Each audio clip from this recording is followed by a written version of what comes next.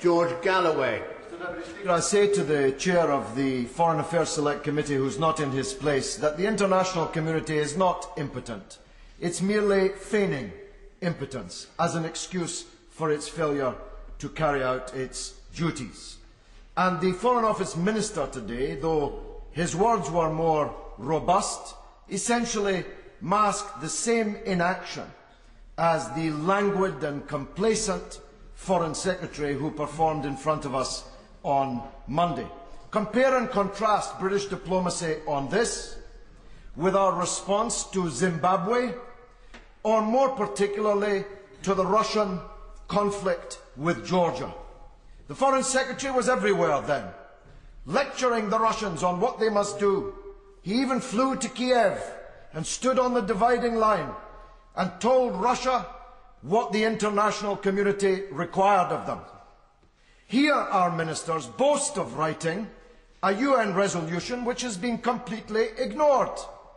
I'd be embarrassed to say that I was the author of a resolution which passed not with an international consensus, as the minister said, but with the abstention of the United States, which was the only vote that mattered.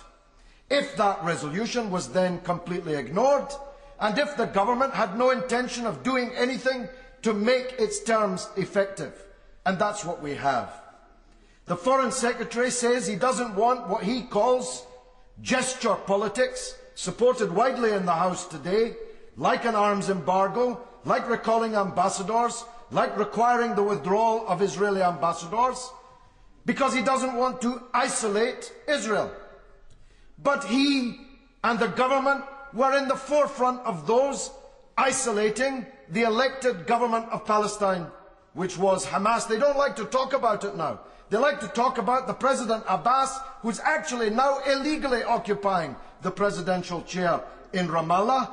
They refuse to acknowledge that the Palestinian people voted for Hamas. Now, I have never been a supporter of Hamas. Like the noble and right honourable gentleman from Manchester Gorton, I was all my life a supporter of and a friend of the late President Arafat. The Israeli attitude to President Arafat and Fatah when they were in power was exactly the same as their attitude now to the Palestinian administration of Hamas. They drowned Arafat's administration in blood by a policy of assassination, settlement, wall building and economic embargo. The British government wholeheartedly supported the embargo of Gaza to punish the Palestinian people for voting for a Hamas administration. The government's double standards in this affair are so brazen that people are boiling with rage outside in the country, if not absolutely clearly in this building outside. People are furious, and the danger of radicalisation of particularly the Muslim youth in this country is clear and present as a danger. The government's always looking for some cleric to refuse a visa to, or some Islamic organisation to proscribe, to try and curb radicalisation. How radical does the minister think British Muslims feel right now as they watch on the news right now the bombing of the UNRWA and the slaughter of children that has been adumbrated here today? Their policy of setting back extremism and radicalisation has been set back by their own complacency and ineffectual policy towards this, especially when compared with their militancy on subjects like Russia and Georgia. I don't have time to say all that I have to say, Mr. Deputy Speaker, but I want to say to those who were boasting today how I'm amazed at how many members of Parliament have been in Sderot. Did any of them, when they were there, see the ruins of the Palestinian villages on which Sderot is built?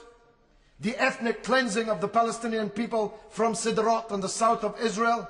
Did any of them know that the refugee camps of Gaza are filled with the people who used to live in the villages on which Sderot is now built? This didn't start on the 27th of December. It didn't even start with respect to the honourable lady from Milton Keynes, who made a great speech in 1967 when Sderot and other places were cleared. This started in this building, when Arthur Balfour, on behalf of one people, promised a second people the land which belonged to a third people. We are the authors of this tragedy. Everything that has flown as a result of that declaration.